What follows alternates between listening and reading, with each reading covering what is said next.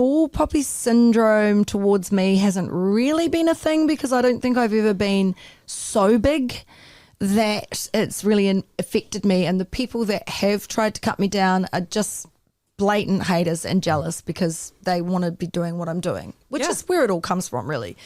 But yeah, London was scary. So basically I got over there and I had been given Ronnie Size's email address. And for those of you who don't know who Ronnie Size is, he was like one of the 4 founders of drum and bass, hugely influential. Won a Mercury Music Prize, which is like the equivalent of 5 New Zealand Music Awards in one night. From the hood in Bristol, incredible musician, had a live band and still runs a highly influential record label called Full Cycle, which was what I wanted to be signed to, right? So I had ambitions that I was going to go to the UK and I was going to knock on his door and be like, "Hi, I'm Tali, sign me," with a book of songs, I don't know. But I met him in Melbourne, Australia. I had an opportunity where I got to sing in front of him. It was all very like fate, chance, luck, whatever.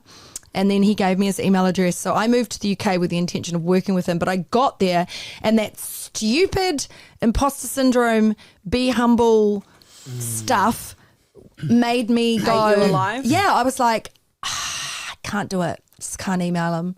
So for 2 months, I didn't contact him. Was too scared. I thought that... But you literally had his personal email. No. And then I saw that they were coming to London to play a show and I was like, well, I'll message him and ask him if I can get some free tickets. So I was like, hey, can I get some free tickets? Yeah. Here's my demo. And he messaged me back and he's like, hi, you're here? You're in the UK?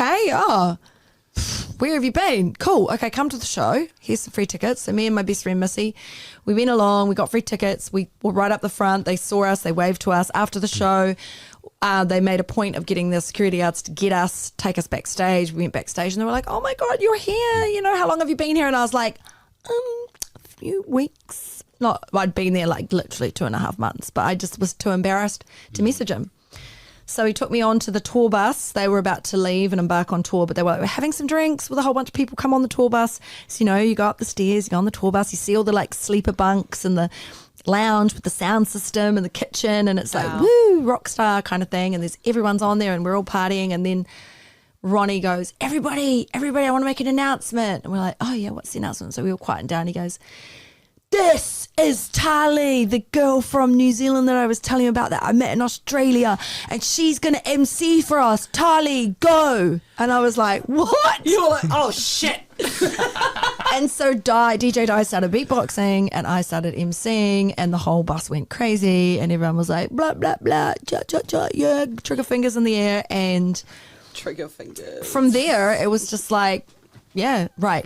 Call us, come to Bristol, start working with us.